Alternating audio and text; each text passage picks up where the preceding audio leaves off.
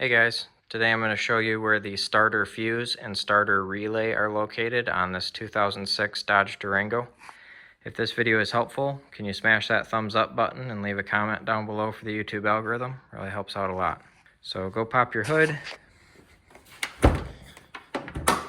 So we're going to come to this fuse and relay box right here. Pinch these two tabs. You can lift this cover.